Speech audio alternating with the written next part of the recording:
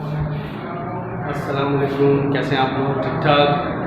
आज क्लास है BCom part 2 cost accounting, topic चल रहा हमारा मैन्युफैक्चरिंग और लेक्चर नंबर 30। ठीक है, आज पेपर्स थे। लास्ट टाइम हमने कौन सा किया था?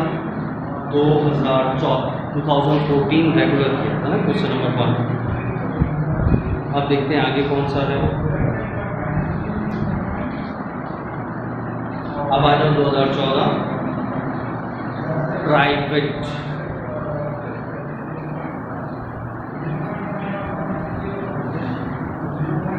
अच्छा, अब ये है कॉम्प्रिहेंसिव सवाल। कॉम्प्रिहेंसिव किस सेंस में कि इसमें बहुत सारी चीज़ें दे दी है डालकर, और आपसे पूछ रहे बताओ इसमें प्राइम कौन सी है, कन्वर्जन कौन सी है, फैक्ट्री कॉस्ट कौन सी है, टोटल कॉस्ट कौन सी है।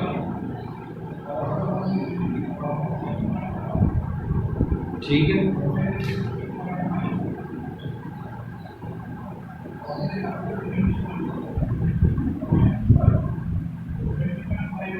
अगर सवाल बहुत ज़्यादा आसान होगा तो मैं ऐसा छोड़ दूंगा, थोड़ा सा टेक्निकल होगा तो छोड़ूंगा। ठीक है, तो क्या कार्य कर ले सवाल? Prime, conversion, factory, total,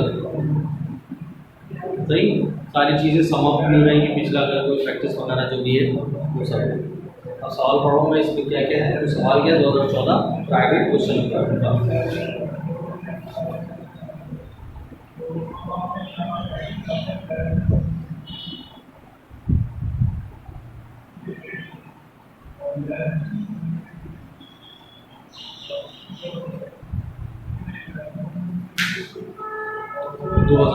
private question number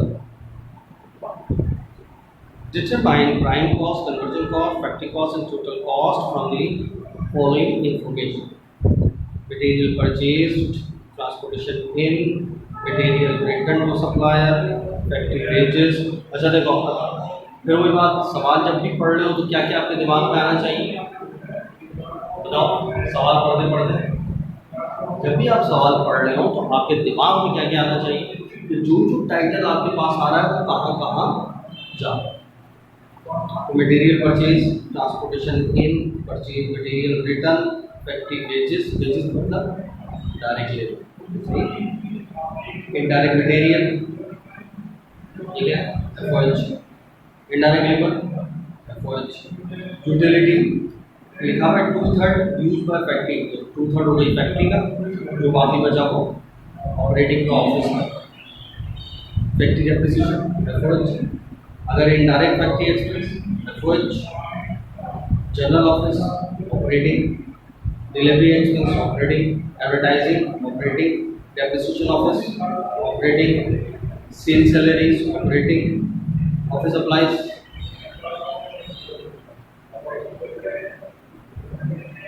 inventories, material की ओपनिंग एंडिंग दी हुई है और वर्क प्रोसेस की भी ओपनिंग एंडिंग। सही, सिर्फ आपने टाइप्स को अलग अलग कर। सबसे पहले आते प्राइम कॉस्ट, सही,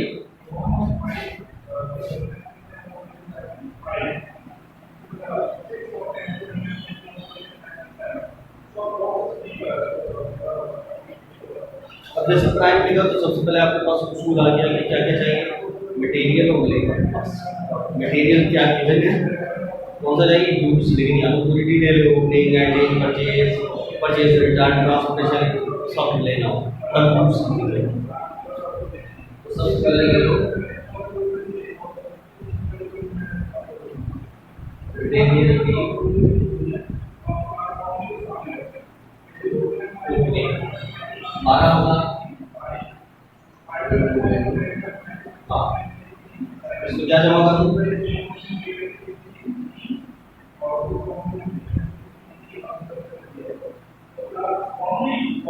क्या जमा करूँ, परचेजेस। अब परचेजेस देखो कितना, 58। इसके नीचे लिखो थोड़ा सा पहले, पहले लिखो। मैंने क्या बताया था कि अगर purchase return, purchase discount, transportation and इसमें एक चीज अगर आ गई तो फिर थोड़ा सा पहले बोले अगर परचेज की तो पहले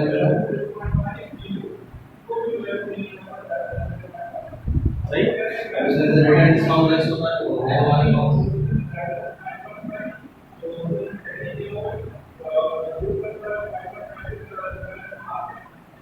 परचेज रिटर्न टू सप्लायर 10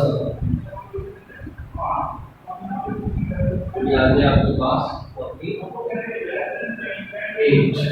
ये हमारे पास आ गया नेट परचेज। फिर इसमें से क्या ऐड हो जाता है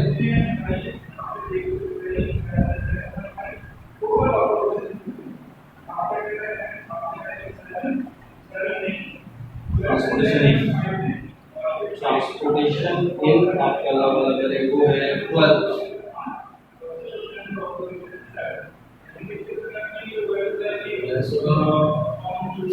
ऐड करा के बाद कितना हो गया 7 यानी कॉस्ट ऑफ परचेज सही deliver cost of purchase total कुल मिला के मैंने कहा 12 का पहले का तो कुल मिला के हमारा माल कितना हुआ 60 70 70 ये आ गया इंडियन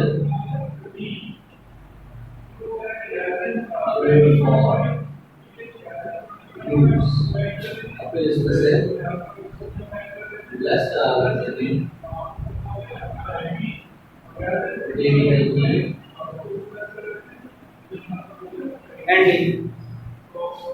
एंडिंग में मटेरियल की 10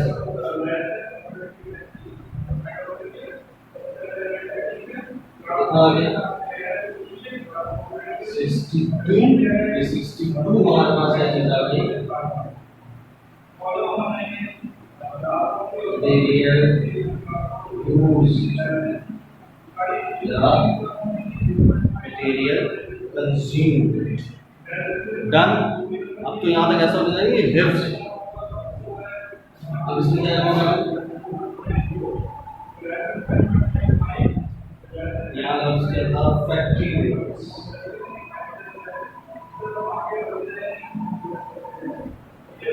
कोशिश करना जो लफ्ज पेपर में टाइटल लिखा वही टाइटल आपकी लिखो यानी यहाँ फैक्ट्री वेजेस लिखा है यहाँ पर डायरेक्ट लेबल है ऐसा नहीं करना सही जो लिखा वही फैक्ट्री वेजेस कितना है 60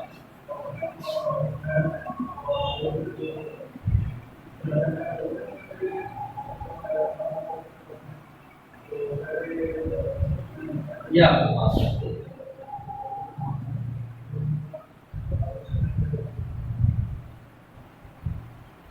प्राइम कॉस्ट कोई इशू था सही पहला केस हो गया। दूसरे में कहता है कन्वर्जन कॉस्ट। अच्छा पहले इसको लिख लो फिर मैं इसको मिटा दूं इसी के बाद बस ये याद रख लेना प्राइम कितनी आएंगी 1 मटेरियल यूज कितना आएगा हमारे पास 62 तो ये थोड़ा सा दिमाग में रखेगा मैं यहाँ लिख दूँ ताकि याद हो। मटेरियल आया था हमारा 62 और लेबर आया हमारा 6 सही है 2 फिगर मैंने पैसे लिखे अब बिटा दो देख लो इसके अंदर सही है बिटा दो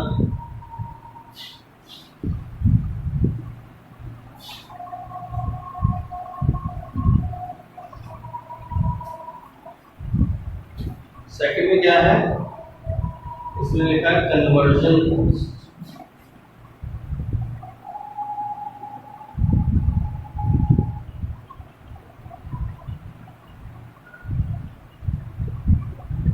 कन्वर्जन जैसी लफ्ज आया तो उसके अंदर क्या क्या था लेबर और एफर्ट सही। लेबर तो क्या नाम था फैक्ट्री वेजेस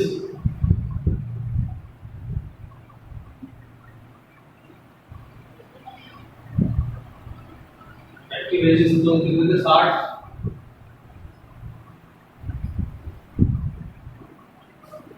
60 लीजिए सही। अब क्या करें?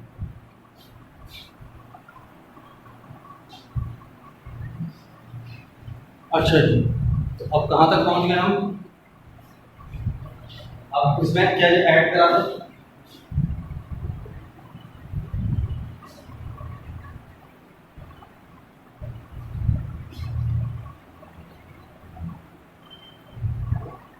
फैक्टर्स एक से ज़्यादा है, सही है। क्या क्या है भाई, शुरू से लेके चले। मटेरियल परचेज, ट्रांसपोर्टेशन इन, material return, factory indirect material,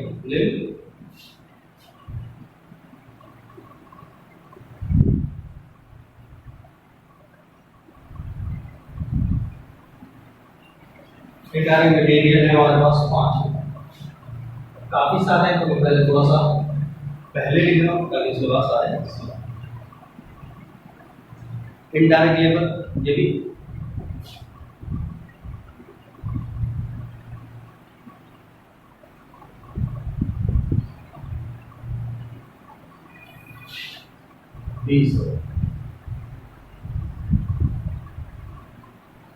utility उसमें से कुछ हिस्सा,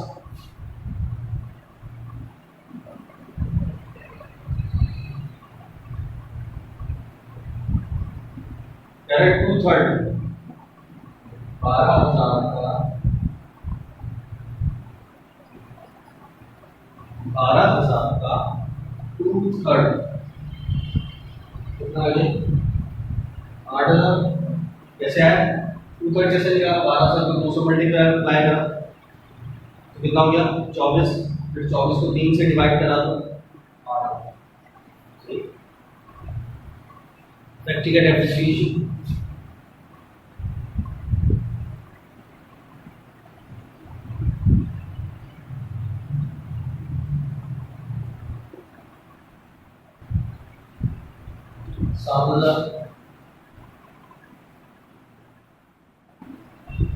other indirect factory expense,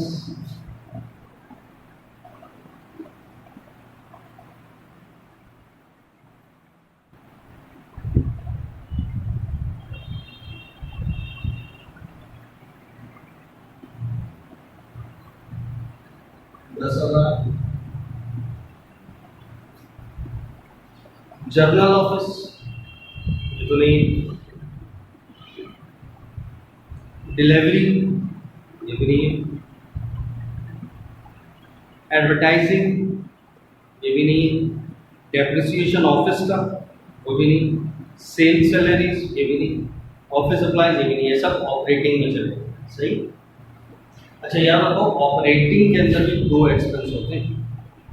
operating expense की जो हेडिंग आती है जब हम इनकम स्टेटमेंट बनाते हैं तो ऑपरेटिंग एक्सपेंस की हेडिंग डालते हैं।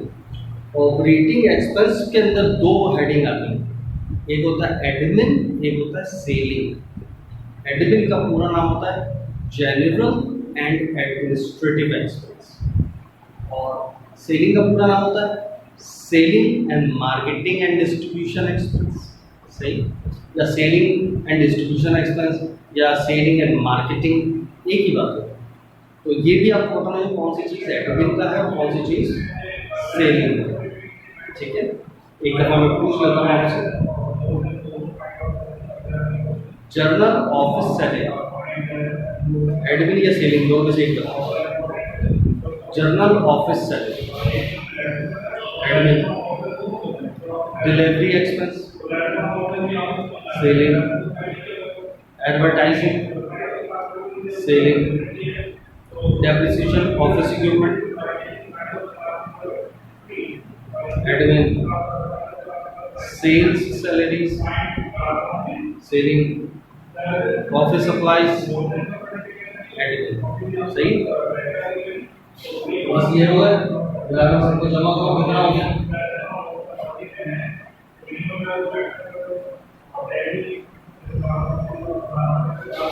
25 25 50 होगा, चेक करो कितना हो गया? 20 और 5 25, 15 और 10 25, तो 25 25 50, 50 और 60 कितना होगा? 1 10, ये आपके पास आ गया।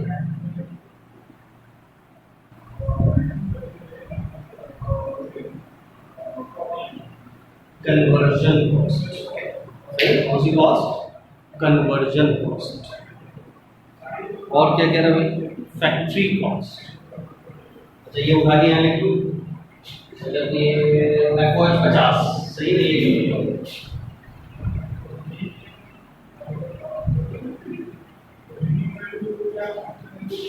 कम की बात है, लेकिन अगर एंड के अंदर जरूरत पड़ी तो हम यही सोचते, सही है। बड़ा कन्वर्जन कॉस्ट भी होती है,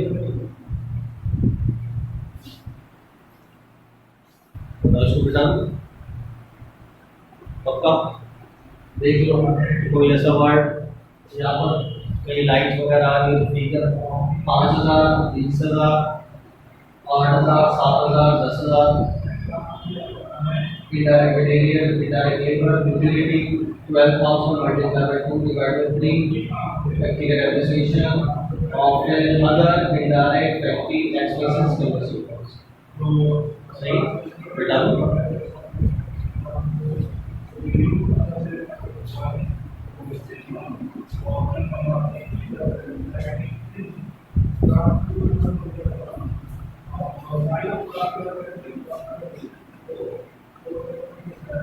अब कहते हैं factory cost.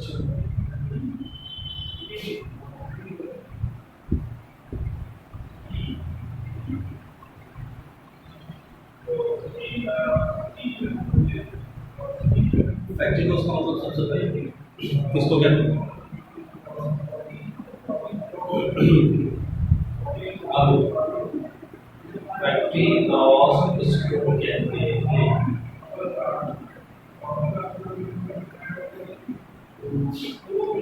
Cost of goods manufactured, factory cost, work cost या प्रोडक्ट कॉस्ट, सबका मतलब एक ही, सही है।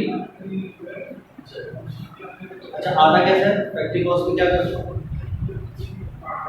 मटेरियल लेवल प्रोडक्ट को जमा करते हैं मैन्युफैक्चरिंग, उसके अंदर वर्किंग प्रोसेस को कैंडी मैच कर दो मैन्युफैक्चरिंग कॉस्ट का। यहाँ मैंने लिखा हुआ भी था ताकि मुझे बचत होगी, वो पुराना सारा लेने की जरूरत नहीं, डायरेक्ट फिगर उठा दो। मेरे पास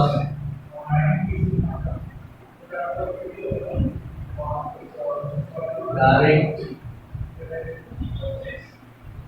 मटेरियल की और क्या नाम है,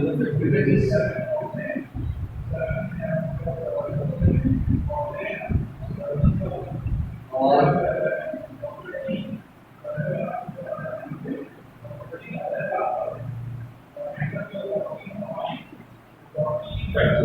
तीनों को ले कितना 62 लेबर का 60 और एफर्ट्स का 50, सबको कर लो कितना हो गया,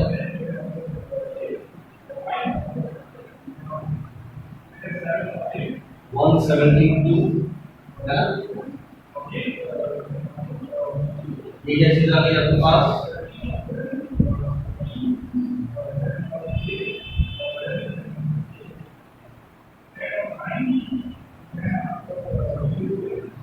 मैन्युफैक्चरिंग कॉस्ट, क्या गया, मैन्युफैक्चरिंग कॉस्ट। अब इसमें क्या करना,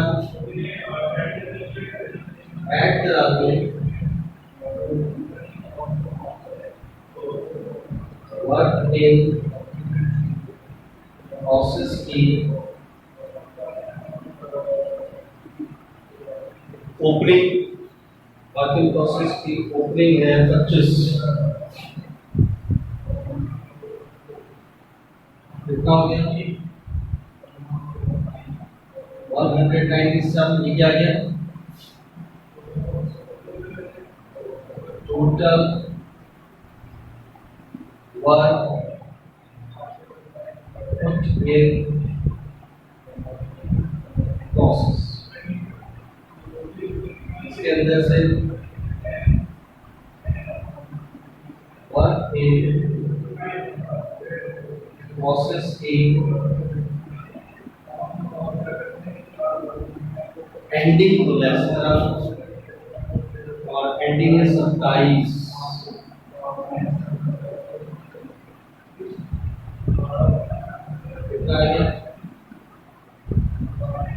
170 ये आपके पास आ गई क्या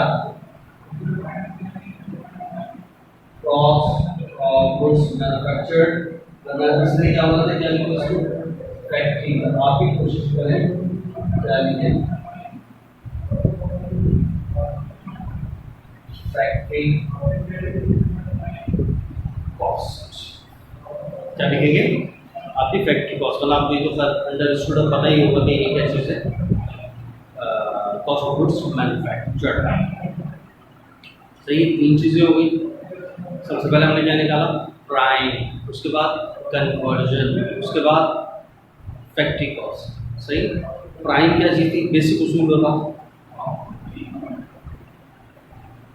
पहला क्या डायरेक्ट मटेरियल यानी उसूल आपके जहन में है मटेरियल क्या मटेरियल लेबर लेंगे ठीक है मटेरियल कौन सा मटेरियल यूज लेबर कौन सा लेबर साइन सही अच्छा मटेरियल यूज कैसे आता है ओपनिंग नेट परचेज अवेलेबल आ गया लेफ्ट साइड असाइन कैसे आता है लेबर पेड और अनपेड अगर दोनों की तो दोनों या क्या प्राइम कन्वर्जन लेबर और फैक्ट्री लेबर तो अभी मैंने बता दिया अच्छा लेबर में ऐसे आता है कभी डायरेक्ट एक्सपेंस हो तो कोई इसमें ऐड करा दो डायरेक्ट एक्सपेंस इसी टाइटल के नाम से आएगा डायरेक्ट एक्सपेंस सही और नाम फैक्ट्री ओवरहेड 1000 हो सकते फैक्ट्री ओवरहेड जब 1000 हो सकते हैं तो उसके अंदर उसूल क्या चलेगा फैक्ट्री से रिलेटेड खर्चा हो इलेक्ट्रिसिटी फैक्ट्री की होनी चाहिए डेप्रिसिएशन फैक्ट्री का होना चाहिए सप्लाईज फैक्ट्री की होनी चाहिए पावर फैक्ट्री की होनी चाहिए यानी हर चीज़ फैक्ट्री से रिलेटेड हो तो एफओएच में सिवाय दो बातों में क्या इनडायरेक्ट मटेरियल इनडायरेक्ट लेबर ये दोनों इस नाम से भी होंगे तब भी इसका मतलब फैक्ट्री ऑलरेडी है ठीक है ओके अब क्या कहता है टोटल कॉस्ट अच्छा ये पता चल गया 170 है तो ये भी यहाँ पर मेंशन कर देते फैक्ट्री कॉस्ट 170 सही बेटा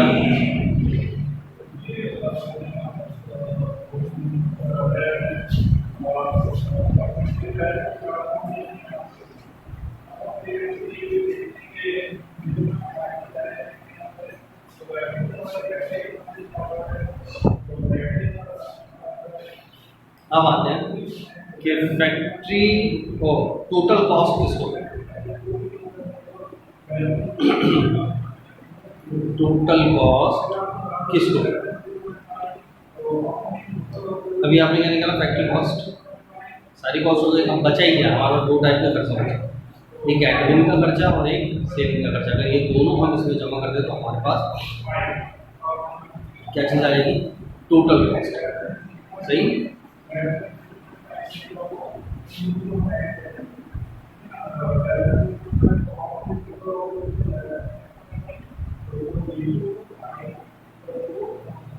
तो हम यहाँ पहले क्या करते हैं डायरेक्ट फैक्ट्री कॉस्ट दोबारा शुरू से मटेरियल लेबर बार बार बार इतना सारा कुछ लिखने की जरूरत डायरेक्ट यहीं से स्टार्ट फैक्ट्री कॉस्ट लिखने के लिए 170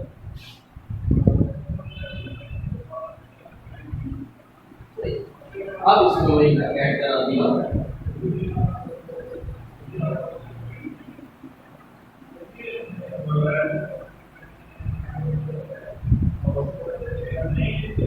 ऑपरेटिंग एक्सपेंसेस सही अब मैंने अलग अलग हेडिंग नहीं डाला कि ये एडमिन के और ये उसके क्यों डालूं मुझे अलग थोड़ी और अच्छा इसमें भी एक चीज़ है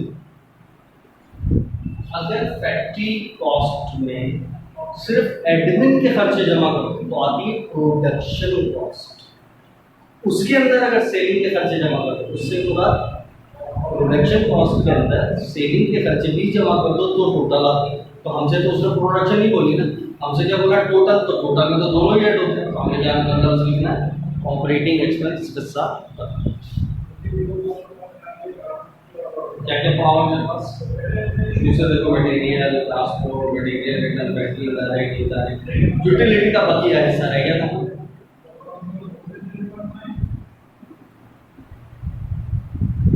यूटिलिटी 12। इसका 2/3 फैक्ट्री था तो कितना बचा 1/3, कितना आ गया 4, वहाँ कितना लिया 8 लिया था, 12 वाला सही है।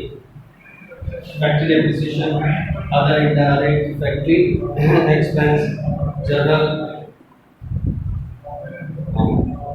ऑफिस सैलरीज में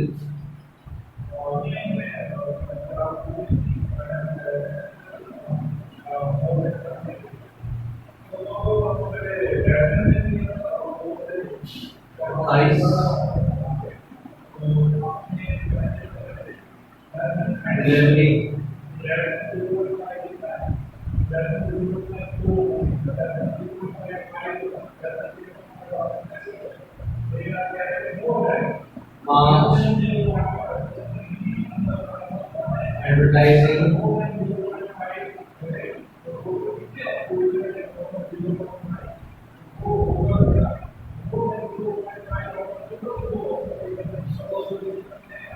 15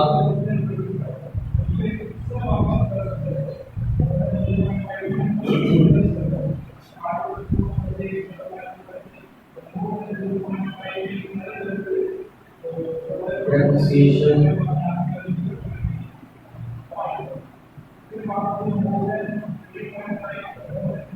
ऑफिस इक्विपमेंट 6, सेल सैलरीज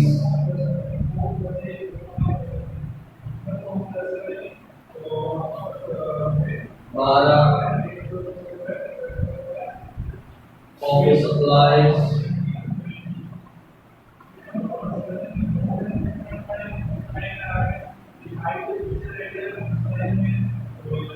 3।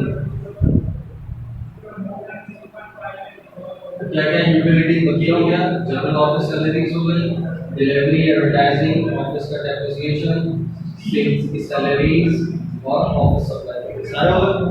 बस इनको सम करो और तो कुछ ही नहीं रह गया।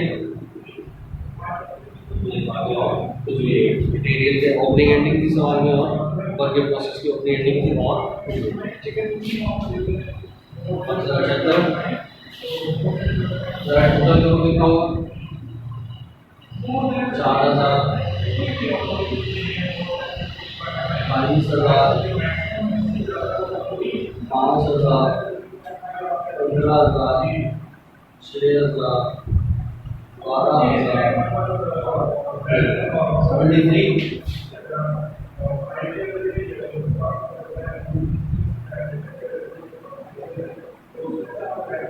प्लस 170 43 एंड यहाँ पर जरा चेक करो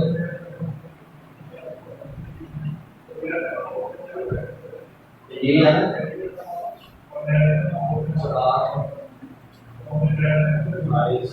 170 43 हाँ यहाँ तक ओके। तो देखो ये सब जो पूरी बेसिक का निचोड़ कर दिया आपने, हमने बेसिक के अंदर भी सारी चीज़ें करने के बाद सब इसी अंदाज से गया था। देखो पूरा एक सवाल आया और ये कब है, जब नई नई कॉस्ट अकाउंटिंग शामिल हुई थी ना, ये देखो कब 2014 हुआ गया था। 2003 में जब पहली दफ़ा कॉस्ट अकाउंटिंग की पूरी एक अलग किताब आई थी, उसको पहले 10 सवाल थे ना, वो ज़्यादातर देखो उसके बाद 2-4 साल ये चला, लेकिन फिर टीचर ने जिनको लाजमी था कॉस्ट अकाउंटिंग कभी पढ़ी नहीं थी टीचर्स ने, तो उन्होंने इतना शोर मचाया कि कॉस्ट अकाउंटिंग के सब्जेक्ट को ही निकलवा दिया 2-4 साल में। तो फिर क्या था, फिर वही कंबाइंड ज्ञान आएगा, वही एडवांस और कॉस्ट मिक्स होता था, 4 सवाल उसके करो, 2 सवाल इसके करो, इस तरीके का होता था। क्या नाम है, 3 सवाल एडवांस के और 2 सवाल कॉस्ट के इस तरीके से करने होते हैं। उसके बाद फिर दोबारा क्या हुआ, फिर दोबारा से कॉस्ट और एडवांस का पेपर माशाल्लाह से फिर दोबारा से वो हो गया, आ गया। तो अब अल्लाह करे ना निकले कॉस्ट अकाउंटिंग, तो क्या है, अब जो टीचर पढ़ा रहे हैं अब उनको मजबूरी अब या तो पढ़ें, सही है, मतलब जो मतलब बड़े तरह को किधर जिनको कॉस्ट अकाउंटिंग पढ़ी नहीं थी उन्होंने, लेकिन अब तो मजबूरी अब सब नहीं पूरा, ठीक है। अब देखो यहाँ तक हो गया, कोशिश करना आगे जो बिल्कुल हलवा सवाल होगा वो मैं नहीं करूँगा, आगे आगे कोशिश करूँगा क्यों वाले सवाल, ठीक है। आपका बहुत ख्याल रखिएगा, अल्लाह हाफिज़।